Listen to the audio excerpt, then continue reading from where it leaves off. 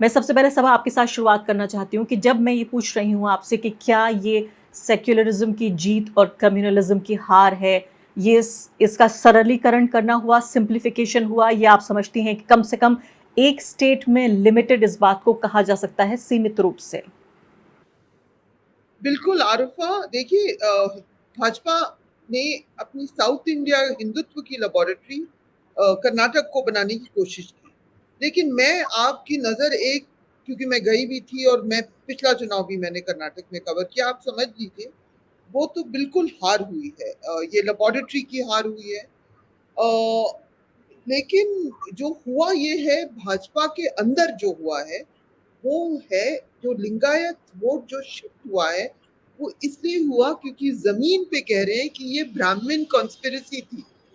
आप समझ लीजिए, हुआ ये है, जो पूरे साउथ इंडिया हम पॉलिटिक्स को लें और वो महाराष्ट्र में फूले जी के साथ भी शुरू होता है। मैंने अभी आर्टिकल लिख के भेज दिया है, ये पहले दिन तो लिखा था, दूसरा क्योंकि हम गए थे और हम बीजेपी के लोगों से संपर्क में रहते हैं जो ओल्ड गार्ड होते हैं।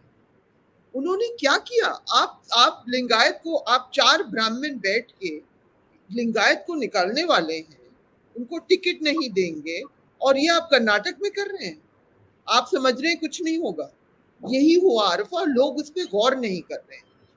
और लेकिन जो बात चली, जो जुबान पे बात आई, वो है कि ब्राह्मण हमको हटाएंगे। हमें जो मैसेजेस आए, क्योंकि हम जाके मिल चुके हैं उन लोगों से, तो सालों से जानते हैं। आप जानती है, मैंने भाजपा को कवर किया। अब ये मत समझिए कि सब जगह बीजेपी वही है जो दिल्ली की बन गई है। मैंने तो अटल बिहारी वाजपेयी, लाल कृष्ण आडवाणी सबके इंटरव्यूज ले चुके थे। हालांकि हम आउटलुक में भी हम पर हमला होता था कि हम लोग एंटी बीजेपी हैं, विनोद मेहता इतने बड़े एडिटर थे, लेकिन फिर भी वो बात करते थे। तो वही कर्नाटक की लीडरान ट्रेडिशनल वही है।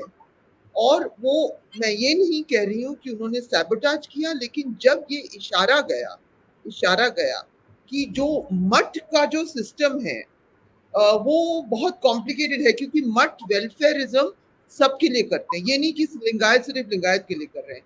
लिंगायत जो धर्म है, जो उनका बासवा का जो मैसेज है, वो एंटी ब्राह्मण शुरुआत में हुआ था। बाद में वो हिंदू धर्म में इनकॉर्पोरेट होके अपने कुछ, उसमें बहुत सारे अलग अलग पक्ष हैं लिंगायत धर्म में।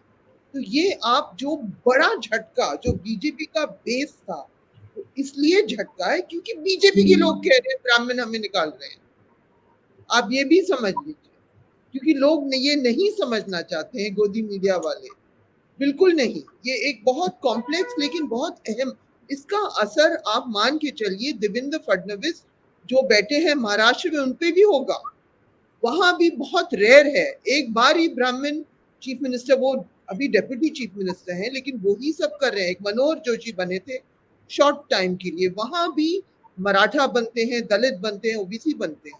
ये सब करीबी करीबी, ये जो, तो भाजपा का जो मॉडल है वो बन गया। ये नहीं कि आप ऑर्गेनिक लीडरशिप को अलाउ करिए जिस तरह से किया था पुरानी भाजपा ने। और सबा, आज मैं देख रही थी, एक ही अखबार का मैंने जायजा लिया, उसी अखबार में देखिए कि कर्नाटका के स्पोक्स पर्सन बीजेपी के कह रहे हैं कि नरेंद्र मोदी के ऊपर अपना डिपेंडेंस बीजेपी को कम करना पड़ेगा। सबा नकवी साहिबा, ये बात तो सही है, गरीबों की बात, ये बात बिल्कुल ठीक कह रही है मनीषा प्रियम, और साथ साथ हमें ये भी समझना होगा कि ये पूरी जो सांप्रदायिक राजनीति है ये सिर्फ इसीलिए उफान पर आती है ताकि गरीबों की आवाज़ दबाई जा सके। लेकिन ये बात हमने उत्तर प्रदेश में नहीं देखी। जिस गुर्बत का जिक्र करें, कर्नाटका तो काफ़ी प्रॉस्परस स्टेट है, काफ़ी अच्छे खासे अमीर लोग हैं वहाँ, उतनी गुर्बत नहीं है जितनी उत्तर प्रदेश या बिहार या उड़ीसा या असम बाकी इलाकों में हम देखेंगे। वहाँ ऐसे लोगों से भी मिली उत्तर प्रदेश इलेक्शन में कि जिसमें 10 लोगों में से 5 लोग कोविड में मर गए थे, और उन लोगों ने कहा कि भाई 5 लोग भी इसलिए बच गए क्योंकि नरेंद्र मोदी जी की मेहरबानी थी। और जिस राशन का वो जिक्र कर रही हैं,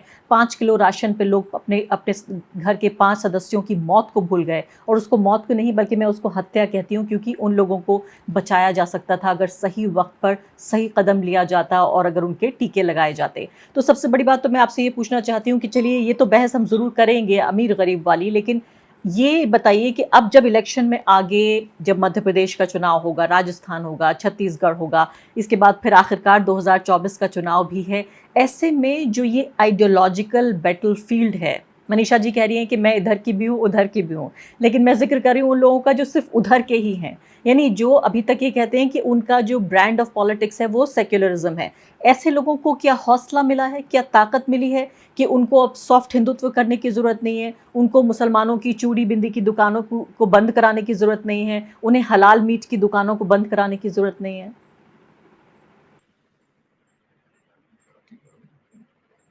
सबा नकवी? जहाँ जो वो उसको बोलते हैं बाबा बुडनगिरी, बहुत ही खूबसूरत इलाका है चिकमगलूर में। शायद हिंदुस्तान में ऐसी हवा आपको मिलेगी नहीं, कॉफी प्लांटेशन।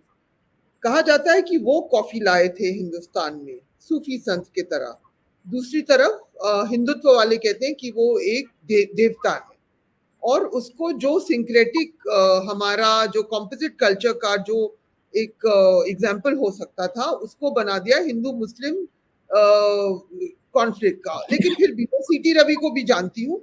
इतने खूबसूरत इलाके में इतने भद्दे से शख्स जिनसे कोई मजेदार बात हो ही नहीं सकती। हालांकि वहां पे तो, लेकिन सच में आरफा, उस जगह की जो हवा है वो कॉफी प्लांटेशन के बीच में, क्या बात है।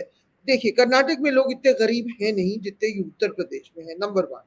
नंबर टू, तो हम मुकाबला ही नहीं कर सकते। ये वो स्टेट्स हैं, ये साउथ इंडियन के स्टेट्स हैं जहां पॉपुलेशन कंट्रोल में आ रहा है, जहां वो उनके लिए जो सेंट्रल पूल के मुद्दे ये होते हैं कि हम पैसे दे रहे हैं और सारा नॉर्थ में जा रहा है। नॉर्थ में गरीबी है, लोगों के। मैं समझाती हूँ स्टूडेंट्स को, कभी कभी बच्चे ज्यादा होते हैं जब बच्चे गुजर जाते हैं। जब आप पढ़े लिखे होते हैं, सब साधन मिल जाते हैं, तब आप तो तमिलनाडु का भी लाइफ, एनीवे मैं डाइवर्ट कर रही हूँ। देखिए, इससे बहुत ही बड़ा चुनाव हो गया ये, क्योंकि रिजल्ट क्लोज नहीं था, रिजल्ट कंक्लूसिव था। हिंदुत्व रिजेक्ट हुआ, नरेंद्र मोदी रिजेक्ट हुए, बीजेपी का जो मॉडल है, आप ये भी समझ लीजिए। इसलिए आपने ये जो हमारे जो संघ के जो अधिकारी हैं, जो उन्होंने लोकल लीडरान को हटा के, वो हर जगह यही हो रहा है। छत्तीसगढ़ में चुनाव है, आपने कभी रमन सिंह का नाम सुना है? सालों तक वो 3 बार मुख्यमंत्री रह चुके हैं। पूरा कंट्रोल संघ के लोगों के हाथ में है। वहां भी छुटपुट हिंदू मुस्लिम मुद्दे छेड़े जा रहे हैं। मध्य प्रदेश में तो शिवराज इस बार तो बने हैं डिफेक्शंस के बाद। उनके खिलाफ वो भी पूरा, वो अब तो बिल्कुल पैर मोदी जी और योगी जी की छूने के लिए रेडी हैं। राजस्थान में जहां बीजेपी के पास एक मजबूत स्टेट लीडर है, वसुंधरा राजे, लेकिन सेंट्रल लीडरशिप हाई कमांड जो अब सब चलाता है, वो उनको ट्रस्ट नहीं करता है। तो बीजेपी का ये जो मॉडल है, ये सिर्फ मोदी मॉडल नहीं है, ये है सबको आप सबको आप निकालिए और आरएसएस चलाएगा। State by state RSS grounded leader को ह्यूमिलेट करेगा। ये उन्होंने हिमाचल में किया, और उसका भी नुकसान हुआ। कांग्रेस नैरो विक्ट्री वहां मिली। यहां तो बिल्कुल सत्यानाश हो गया। एक तो भाजपा ने सब गलत किया, दूसरी तरफ कांग्रेस ने बहुत ही वेल कोरियोग्राफ कैंपेन किया। और इसमें जो 2-3 चीजें जो नई हैं, जो हर जगह अब ले जाएंगी, जिस तरह से उनका सोशल मीडिया, मैं उन लोगों को जानती भी हूँ जिन्होंने किया, बहुत ही केयरफुली। अरफा, आप गौर करिए कि हमको दिल्ली के सोशल मीडिया फीड में लग रहा है राहुल प्रियंका की बात हो रही है। वहां हर एडवर्टाइजमेंट कन्नडा में सीतारमैया के नाम, डीके के नाम हुआ। उन्होंने एक स्क्रिप्टेड कॉन्वर्सेशन डीके और सीतारमैया के बीच, वो ट्विटर में भी चला। ये बहुत well thought out social media strategy, advertisement, print Karnataka के अंदर चलाया। वही लोग अब चलाएंगे तेलंगाना में। उनमें से एक तो तेलंगाना के हैं, एक रिटायर्ड आईएएस ऑफिसर है, मतलब रिटायर्ड नहीं है, एक जिन्होंने छोड़ा आईएएस, मैंगलोर के थे, तमिल है। ये इन लोगों ने अपना ये इस तरह का कैंपेन कांग्रेस में हमने एक डेकेड तक नहीं देखा। Planned, choreograph, without the hype की हम कह रहे हैं कि प्रशांत किशोर करा रहे हैं, उन्होंने जिताया। वो सब नहीं हुआ, ये चुपचाप से बैठे हुए। जी लेकिन हाँ। आप पता करिए, हम लोग गलती कर रहे हैं कि सोच रहे हैं कांग्रेस सिर्फ राहुल गांधी की वाह कर रही है। नहीं, और वहाँ सबा ये सीमा अच्छी में बात भी है वाह-वाह जिसको जिसको मनीषा प्रियम भी कह रही हैं और आप भी कह रही हैं, अच्छी बात है कि कम से कम कोई एक व्यक्ति या एक कंपनी ये ना सोचे कि ये कोई ऐसा उत्पाद है लोगों का, ऐसा कोई प्रोडक्ट्स बन गए हैं लोग कि सिर्फ एक इलेक्शन मैनेजर आके चुनाव जिता सकता है या हरा सकता है। हालांकि ऑर्गेनिकली ये कांग्रेस के अंदर से हुआ है। और हम्म, ये लोग जब आप इतनी अकल के साथ इतने, और जो आप डीके, अगर आपने नहीं देखा है आप देख लीजिए जरूर जाके, इन्होंने रिलीज किया डीके और सिद्धारमैया के बीच में कॉन्वर्सेशन। जी हाँ, वो वीडियो वीडियो देखे थे हमने बाकायदा। कन्नड़ में बात हो रही है लेकिन सब ट्रांसलेटेड है। मजेदार कॉन्वर्सेशन है, बहुत चला है, ऐसी चीजें बहुत चली है और लोकल कैंपेन उन्होंने बनाया जी हाँ, और ये लोग आपने समझते हैं। जी। जी और सोशल जी जस्टिस सबसे जी मैं एक चीज कहना चाहूंगी, इस बीच कांग्रेस ने एक प्लैंक मिल गया है इस चुनाव के बीच, जो तमिलनाडु का है, बिहार का है, वो है social justice plank. Rahul Gandhi कह चुके हैं ये अब पार्टी इसको लेकर चलेगी आगे। द वायर के और वीडियोस देखने के लिए सब्सक्राइब करें और बेल आइकन पर क्लिक करें। स्वतंत्र पत्रकारिता की आर्थिक मदद करने के लिए डिस्क्रिप्शन में दिए गए लिंक पर जाएं और अपनी राशि चुनें।